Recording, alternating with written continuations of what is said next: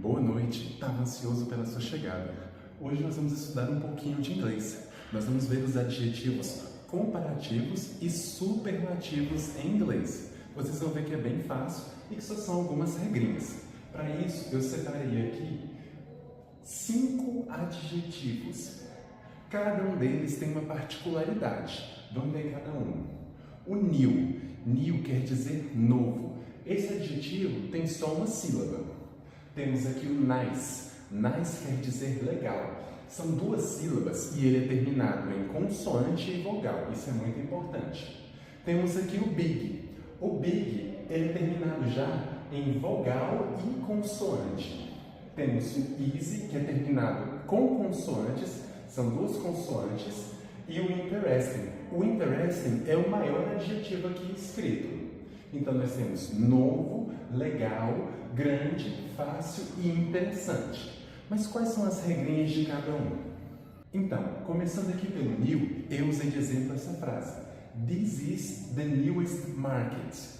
Observem que o new recebeu aqui a adição de EST, ou seja, na maioria dos adjetivos que tem apenas uma sílaba ou 2, a gente sempre vai estar acrescentando o EST para dar essa ideia de superlativo, de máximo, que é o novíssimo mercado, é o mais novo mercado. Partindo disso, nós vamos para o nice. Assim como o new, o nice é um adjetivo pequeno, que tem aí entre 1 ou 2 sílabas. No caso, 2 sílabas. Mas no que ele se difere? Ele termina já com o E. Ele já terminou com o E. Nós vimos que os adjetivos que terminam com 1 ou mais 2 sílabas, acrescentamos EST. Porém, o nice já termina com E. Sendo assim, não tem necessidade de colocar EST, apenas ST. Aqui de exemplo eu usei The nicest movie I watched. O melhor filme que eu já assisti, o melhor filme de todos. É essa a ideia de que foi o melhor filme que eu assisti. O superlativo vem sempre com essa noção de ser sempre o melhor de tudo. Com o big, as coisas já começam a ficar um pouco diferentes. Toda vez que tivermos um adjetivo curto e que terminar com uma vogal e uma consoante, nós vamos sempre dobrar a última letra, que no caso é o G, e acrescentar o EST. Então ficaria He bought the biggest house. Ele comprou a maior casa.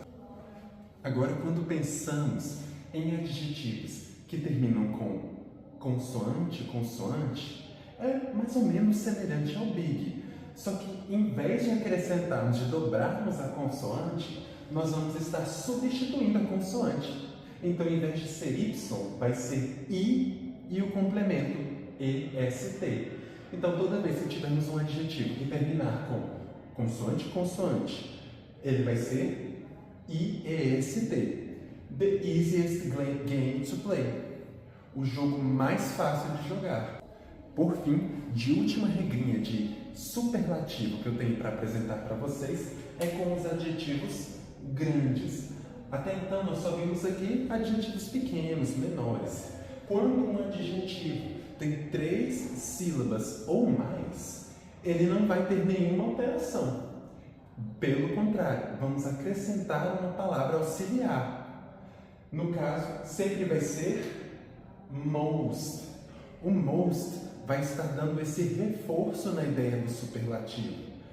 Exemplo: the most interesting place to see.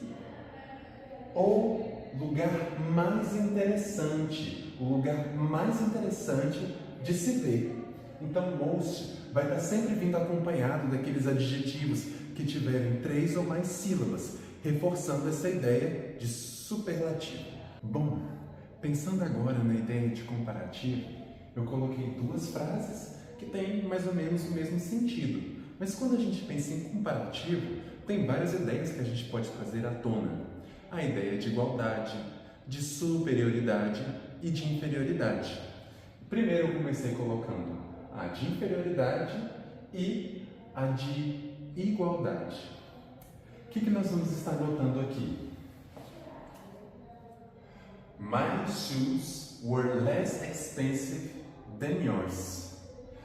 Meus sapatos foram menos caros do que os seus.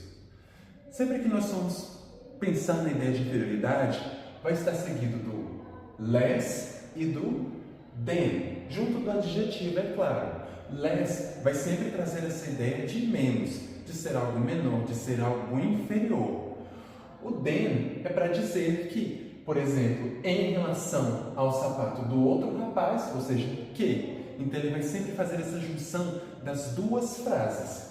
Então sempre que formos criar uma frase de maneira inferior, o verbo, o adjetivo, vai estar acompanhado de less e de than. Já na igualdade, é muito comum utilizarmos o as. O as quer dizer como, assim como. My shoes were as expensive as yours. Meus sapatos foram tão caros quanto os seus. Sempre que for estabelecer a igualdade, utilizamos o as seguido do adjetivo. Inferioridade, less, seguido também de than, junto do adjetivo.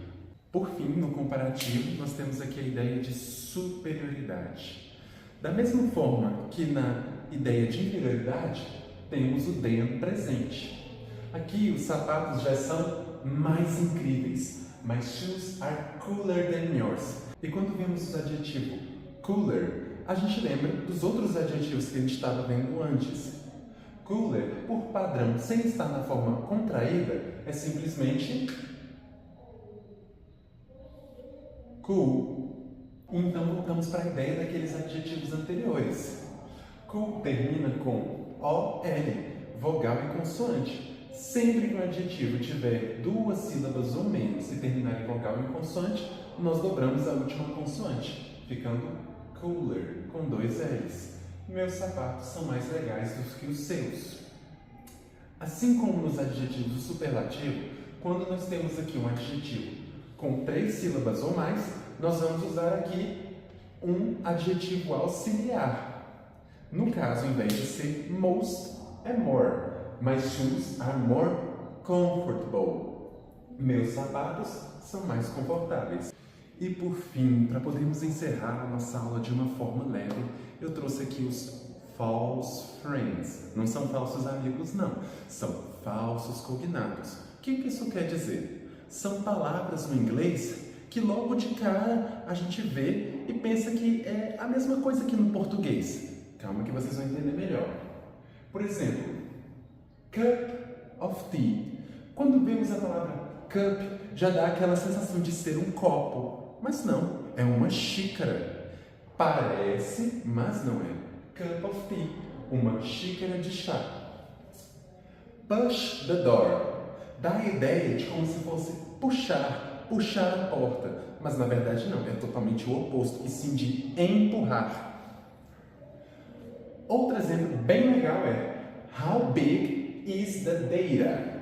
O quão grande é a data? Não, o quão grande são os dados. Data quer dizer dados, não data. Tá, mas vamos supor então, para finalizar, que eu quisesse colocar essas palavras da maneira como elas parecem em português. Então, cup como copo em inglês. Vamos dar uma olhada em como ficaria?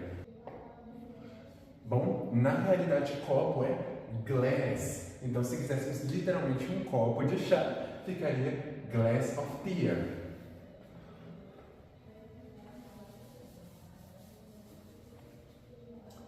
E se fôssemos substituir o push no inglês por algo que realmente trouxesse a ideia de puxar, seria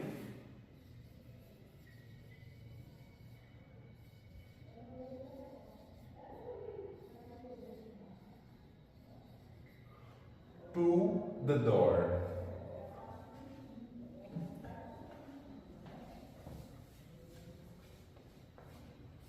E por fim, se a ideia fosse de saber o quão grande é a data, mesmo que não faça tanto sentido, seria em vez de data,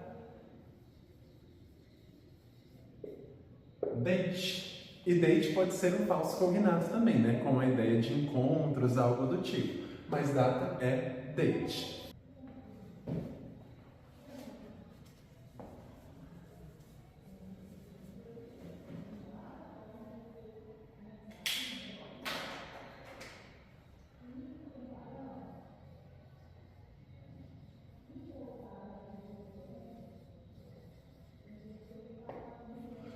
Bom, na realidade, copo é glass. Então, se quiséssemos literalmente um copo de chá, ficaria glass of beer.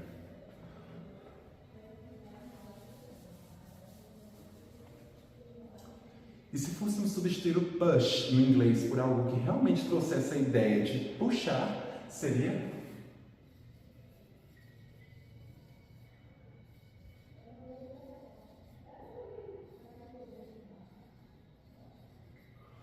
pull the door.